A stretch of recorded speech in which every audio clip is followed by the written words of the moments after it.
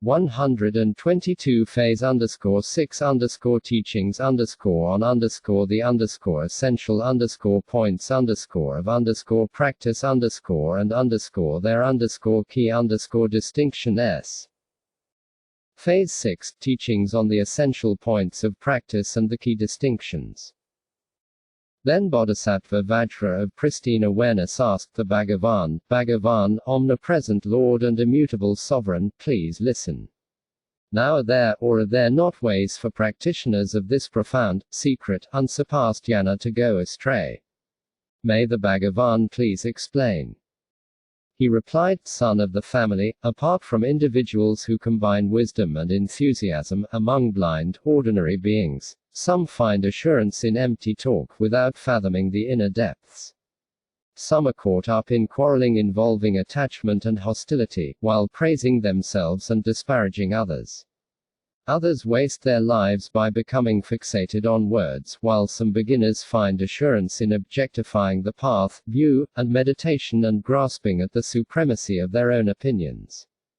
Some claim to have excellent qualities, although they have none, and out of fear that their own status may diminish, they delude themselves while refusing to engage in conversation with others. Some travel from one place to another teaching Dharma to increase their own status, and yet they have more craving than dogs and beggars. Others claim the ability to heal, to protect, and to rescue others from death, while prizing their attractive qualities that impress people. There are those who, while under the guardianship of malevolent gods and demons, proclaim their meditative experiences and delusive dream experiences to others and then wander about everywhere in the cities and countryside, never finding satisfaction. Then, while reifying teachings on good and evil, they waste their lives performing magic rituals to dispel obstacles. Such people delude themselves in the process of trying to delude others. They are just like desiccated insects caught in the slime they produce to trap others. In contrast to such people, my disciples, who are fortunate enough to be suitable vessels for the secret, unsurpassed, profound practical instructions, are like this: they have unshakable faith in their Vajra Guru and admiration and reverence for the meaning of the Mahayana. Recognizing the pointlessness of samsara, they have little grasping or craving. Because they are mindfully aware that composite phenomena are impermanent, they have stable temperaments. They are drawn to remote mountain passes where there are no people, and they know their own capabilities. Such people, with the combined qualities of sharp wisdom, quick awareness, stable dispositions, single-pointed wisdom, and unwavering commitment, are my emanations, non-dual from me, and they will all be liberated in one life and with one body. This is a general presentation of the specific characteristics of suitable vessels. In short, individuals who are suitable vessels are indifferent to the concerns of this life, while constantly applying themselves diligently to the concerns of future lives, so they are expelled from human society. Son of the family, listen well. I shall give you profound practical instructions to distinguish between different subjects, so bear them in mind. If you do not know how to distinguish between the substrate and the Dharmakaya, you may take the substrate as your path, and due to exhausting yourself in that state, you may mistakenly create the causes for rebirth in the peak of mundane existence. Here is how to distinguish between them. There are two kinds of substrate, the actual substrate and the temporarily luminous substrate. The first obscures the face of the ground with ignorance, mixing ignorance with the ground. This is like a cloudless sky being covered with darkness at dusk. At that time, the sky does not turn into darkness and darkness does not turn into the sky. Just as the sky does not vanish when the assembled causes and contributing conditions are dispersed, ignorance does not transform into the ground, and the ground does not transform into ignorance. Nevertheless, with the confluence of causes and contributing conditions, the substrate acts as the basis for all of samsara and is therefore called the substrate. This is not a gloom-like covering of darkness, but it is likened to darkness because it obscures your own face. In reality, it abides as a blank, immaterial vacuity in which there are no thoughts of anything. There are four ways of grasping at this: as space-like, as nothingness, as neither existence nor non-existence, and as boundless conditioned consciousness. Subtle grasping of your own consciousness weaves them into the substrate, and when this stabilizes, you are led astray in these four ways and get stuck in them. Those who remain in a blank, unthinking vacuity create the causes for rebirth in a state that is devoid of discernment. Second, regarding the temporarily luminous substrate, by lucidly resting in and meditating on that vacuity, thus impeding all roving thought patterns, a clear vacuity arises. By regarding this as the best of meditations and cultivating it, you will be propelled to the peak of mundane existence, but you will not transcend samsara. Both of those are powerful, virtuous states of mind, unrivaled by other defiled virtues, but since they fail to transcend samsara, they hold you back. By recognizing this, you come to the firm conclusion that they are not the path. The Dharmakaya is not an immaterial blankness, but by settling in your own unmodified nature, you are self-liberated. It is self-illuminated by great wisdom, the creative power of its radiance is unimpeded, and without entering into objects, it is called the causal Dharmakaya. Being unmodified by way of its own natural limpidity as self-emergent absolute space, devoid of a center and periphery, it is infinitely pervasive as great non-duality, profound and luminous, great primordial consciousness that knows reality as it is, and perceives the full range of phenomena. This manifestation of all the characteristics of enlightenment is called the fruitional Dharmakaya. Regarding the former causal Dharmakaya, consciousness takes this essential nature as the path, and regarding the latter, fruitional Dharmakaya, there is self-awakening in the indivisibility of both, and this limitlessly pervades reality.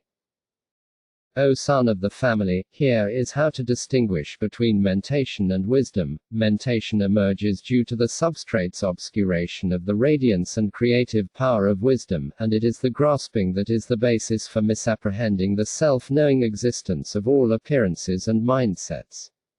There are two types of wisdom: manifest wisdom and path wisdom. The former truly knows and actualizes the nature of existence of ultimate reality, or suchness. The latter rests consciousness in its own nature, wide open and naked, and indefinable, without being modified by the intellect, mentation, or concepts. Thus, its essential nature is empty, its manifest nature is luminous, and its compassion is naturally liberated and unimpeded, without entering into objects. By familiarizing yourself with this, you know words and their meanings flowing forth in the expanse, and without reliance on training, you have a limitless ability to compose commentaries and melodic verses. This is a creative expression of such wisdom.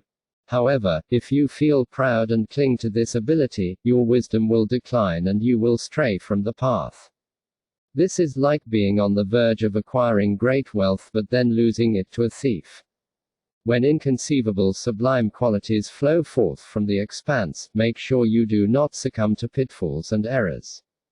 Mentation is the basis of the mind, and because it is modified and caught up in the experiences of rejecting and accepting, it is important not to take it as the path. Wisdom entails not doing anything. Recognize this as the authentic path. 189. O son of the family, here is how to distinguish between conditioned consciousness and primordial consciousness. Conditioned consciousness veils the eye of wisdom.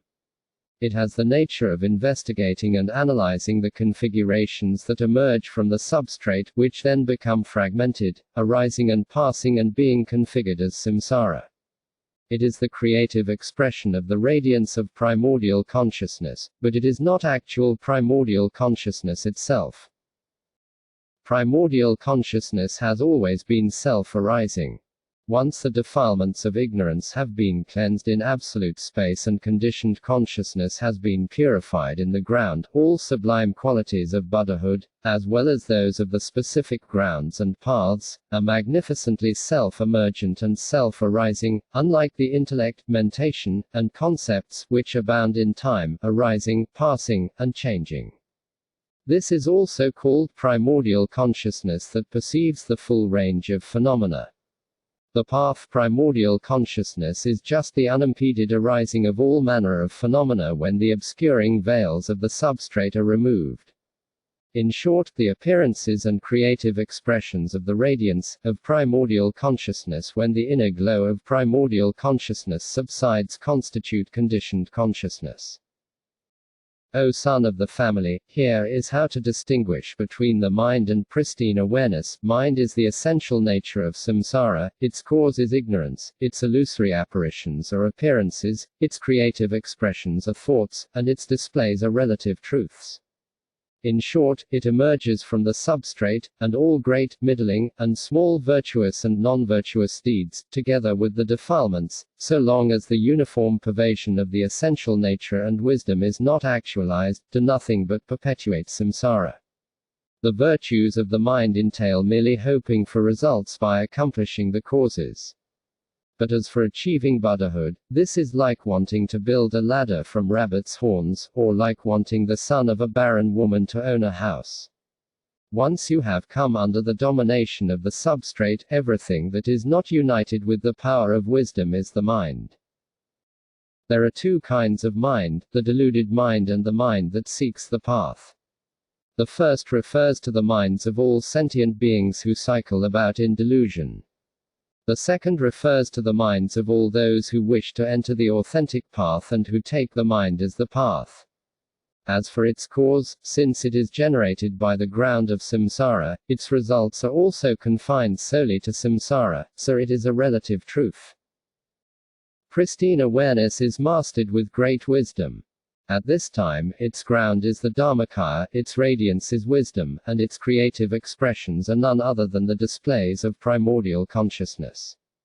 Since the three kayas are generated by the spontaneously actualized ground, all views and meditations become the fruition of omniscience alone, and they are authentic.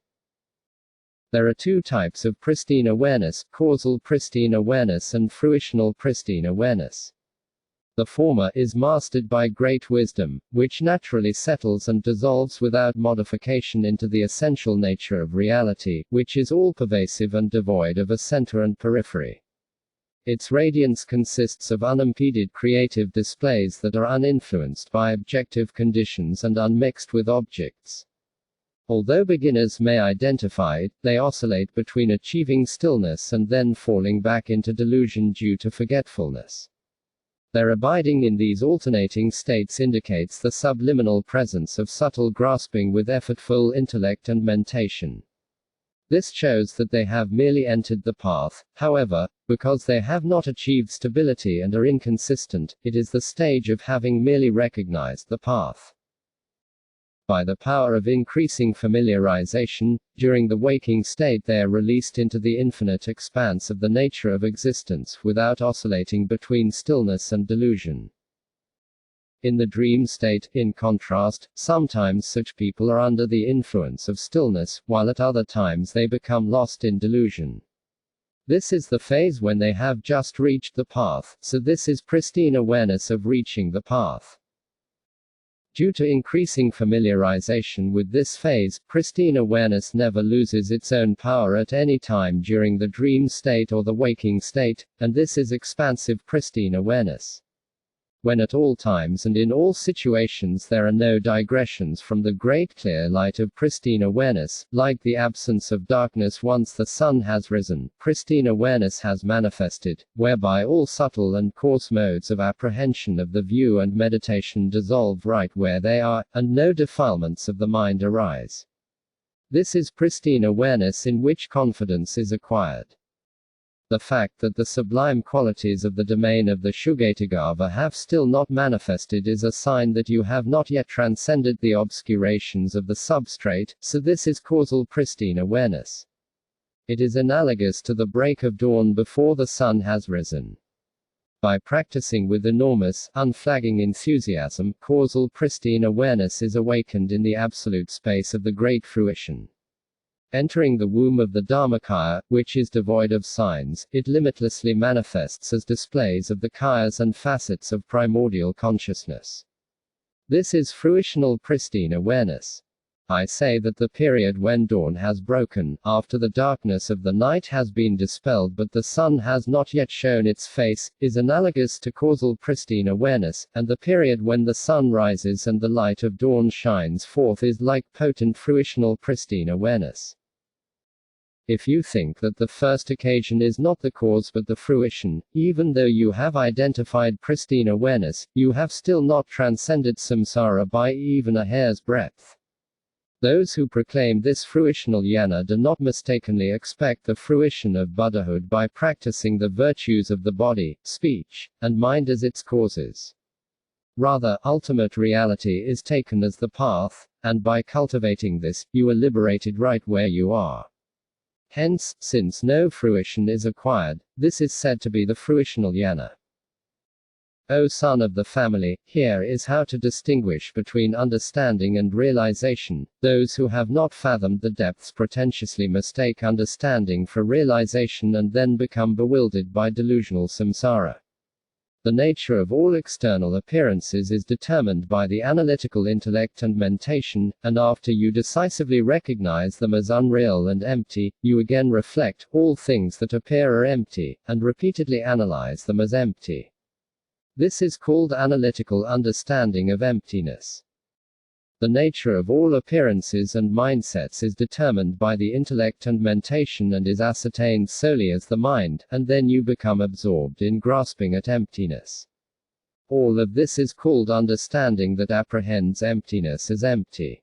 Some people determine the nature of all appearing phenomena and then go astray by irresponsibly thinking, I have directly realized emptiness, so cause and effect do not exist, even as relative truths. This is called irresponsible understanding of emptiness. Others determine the nature of all appearances and mindsets and ascertain them as empty and non-objective, and then say that there is no difference between meditating and not meditating on their empty nature. Making this enormous mistake is called false understanding of emptiness. There are some who determine the nature of all appearances and mindsets and ascertain them to be empty and non-objective. Then they understand only nominally all the sublime qualities of the domain of the ground Shugatagava but think, this is my view. Without needing the view, meditation, or conduct, these are my excellent qualities. If they become confused and irresponsible and do not practice, thinking that good qualities do them no good or harm, their understanding becomes like a drawing of a lamp. This is called meaningless understanding. Having distinguished between the mind and pristine awareness and having merely identified pristine awareness, some think, I have definitely realized it. And they delude themselves by falling under the influence of the 8 mundane concerns. This is called deluded understanding.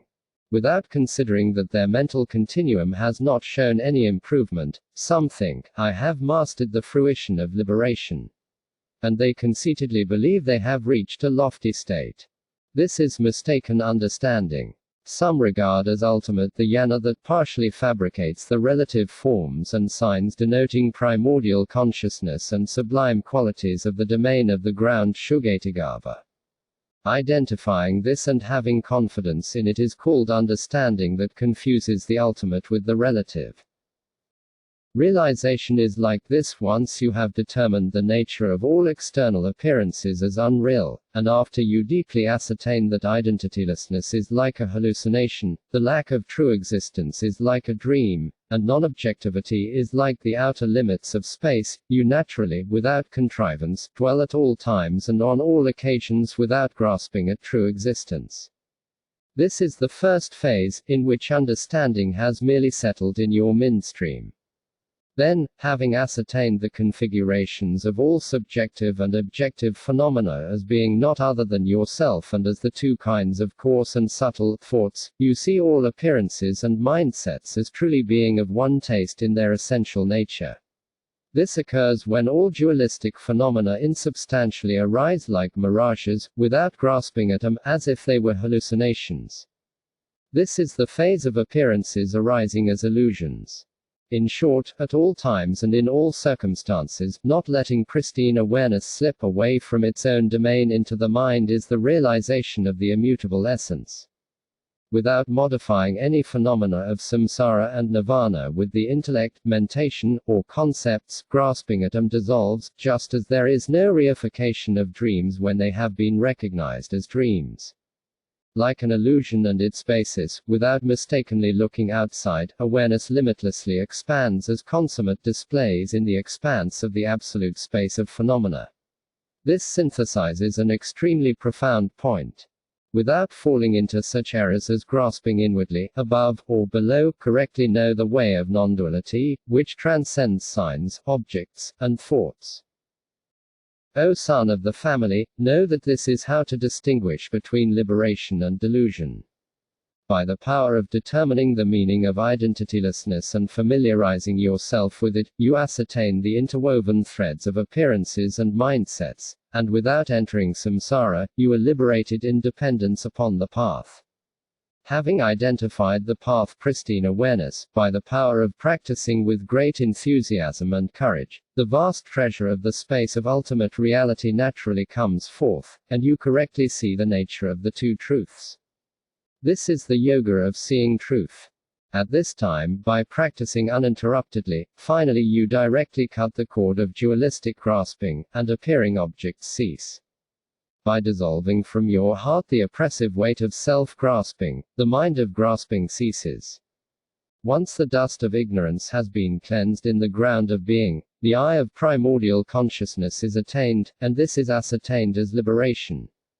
At this time, by expanding without limits in the great intellect transcending extinction into ultimate reality, you do not enter into any of the activities of samsara.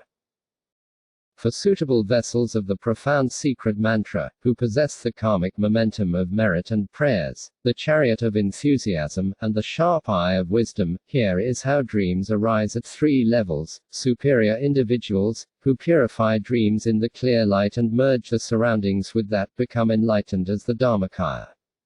Middling individuals recognize dreams for what they are, and when they are able to emanate and transform them, they find the relief of liberation as Sambhogakayas. Inferior individuals cut the flow of dreams containing habituation to bad propensities, and when they have only good dreams, they definitely find the relief of liberation as Nirmanakayas. Moreover, know that the measure of conduct is that they do not enter into activities of the 8 mundane concerns, but release activity. Deluded sentient beings are of 3 types: continually deluded, deluded regarding errors, and deluded regarding the path. The first type refers to people who are deluded in the continuum of the 3 realms of samsara, and who for beginningless eons have not seen the entrance to the path. The second type refers to those who are intoxicated by pleasant experiences and deluded by attachment. When their mind streams are caught up in harsh experiences, they become delirious. When their mind streams are caught up in experiences of luminosity, they idealize various visions of gods, demons, and dreams, becoming deluded regarding the objects of those appearances. The third type refers to those who, in order to reach the authentic grounds and paths, determine the nature of all appearances and single-pointedly settle on them as being empty, but who become deluded by grasping at the path as being empty. Moreover, in determining the nature of outer appearances and decisively recognizing them to be totally non-existent, they mistakenly treat virtues and vices as being empty. In this way their realization is false, like medicine becoming poison. Furthermore, they determine the nature of outer appearances and settle on them as empty. They determine the nature of the inner body and mind and settle on them as empty of a self, and finally they rest in indifference. In so doing, they foolishly regard emptiness as being devoid of benefit or harm. By determining the nature of the outer physical world, the inner mind, and all intervening sensory impressions, and accurately knowing the causal characteristics, they naturally settle in a state of not grasping at them. Rejecting the way of practice that never dismisses the significance of cause and effect until they are liberated, they mistake understanding for realization and say, everything is empty. This is the absolute space of phenomena. There is no cause and effect. Buddhas and sentient beings do not exist. Whatever one does is meditation. While irresponsibly doing whatever they want, they proclaim the superiority. The midstreams of such people do not rise above samsara, and their wisdom eyes are blinded by intellectual analysis. Alas, they rise from the depths of the terrifying, powerful, great hells, in which they are powerless, and then fall back down. Well, if simply knowing the circumstances in which the great, oppressive weight of delusion is absent does not make it vanish, and if that knowledge doesn't bring liberation and has no benefit, why, you might ask, should you determine the nature of such delusion? The advantage of doing so is that if you practice with keen enthusiasm, you will have great knowledge regarding the authentic path, up to the point when you reach the stage of extinction into ultimate reality. Moreover, its nature should be determined because there is a difference between the swift and slow paths, like the movement of the sun and moon compared to the movement of a chariot. If you think it is enough merely to know how cause and effect do not exist and then to rest in that state, you have become a servant of a master who exalts all the special, profound teachings of Mara. Oh! My teachings are not like that. Here you ascertain the way of all of samsara and nirvana as the tenet system of the nature of existence, the great perfection, and then you ride the chariot of keen enthusiasm, without straying from that state. It is my promise that you will cross the ocean of mundane existence and peace by the power of pristine awareness, and not by relying on cause and effect. When you purify all relative states as being non-objective, you will actualize Buddha Samantabhadra. Alala. Where are samsara and delusion? See whether or not you have severed the root of dualistic grasping at all your appearances and mindsets and have definitely achieved the state of Samantabhadra. Realize it. If you have confidence by practicing just a little, without realizing this, you will remain in the nexus of cause and effect. Alas! So overcome this fault. When you hope to take as the path the pristine awareness that is present in the ground Dharmakaya, that is when the Buddhas place their hopes in sentient beings. Ha ha! If you analytically determine the nature of all phenomena as empty, conceitedly think you have realized this, and think that cause and effect do not exist, consider, don't you have form? If you have form, the agent that takes on form is the basis for cause and effect, and form is established as the effect. So know this. Likewise, don't you have sound, smell, taste, tactile sensations, and mental objects? If you do, the agent that takes these on is the basis of cause and effect, and these objects are ascertained as causes and effects. Ha ha! You fortunate individuals with karmic momentum like mine should carefully investigate your own midstreams and become experts in distinguishing between liberation and delusion. Until you have manifestly become a Buddha, without even a vestige of the names of the three realms of samsara, bear in mind the especially profound point and supreme teaching of not falling under the influence of irresponsibility. Treasure this. Son of the family, if you do not know how to distinguish between Buddhas and sentient beings, by regarding Buddhas as sentient beings you will stray toward false realizations. Here is how to distinguish between them. Buddhas are omnipresent and free of transition and change. They do not fall to any bias. They transcend all extremes. They expand without limits as displays of the kayas and facets of primordial consciousness. They transcend objects. They are not established as teachers and disciples. They transcend the body. They do not fall to the extremes of self and other. They manifest the inner glow of uniformly pervasive wisdom in the great bliss of the absolute space of phenomena. Know that they do not fall to the extreme of signs. O son of the family, do not think that Buddhas have form. If you thought they did, would you not regard them as sentient beings composed by the form aggregate? Do not think that Buddhas have conditioned consciousness. If you thought they did, would you not regard them as sentient beings composed by the aggregate of conditioned consciousness? Do not think that Buddhas have feelings. If you thought they did, would you not regard them as sentient beings composed by the aggregate of feelings? Do not think that Buddhas have recognition. If you thought they did, would you not regard them as sentient beings composed by the aggregate of recognition? Do not think that Buddhas have compositional factors. If you thought they did, would you not regard them as sentient beings composed by the aggregate of compositional factors? Do not think that Buddhas have teachers and disciples. If you thought they did, would you not regard them as sentient beings subject to dualistic grasping?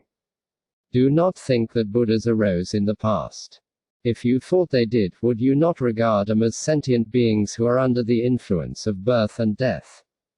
Do not think that Buddhas will arise in the future. If you thought they would you not regard them as sentient beings who have fallen to the partiality of acquiring things? Do not think that Buddhas exist in the present. If you thought they did, would you not regard them as stable, immutable sentient beings?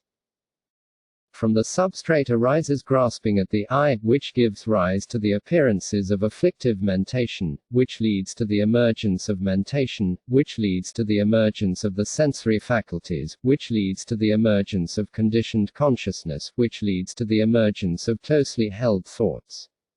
The assembly of these can only mean that you are a sentient being. Due to transitions in these configurations, the three times arise.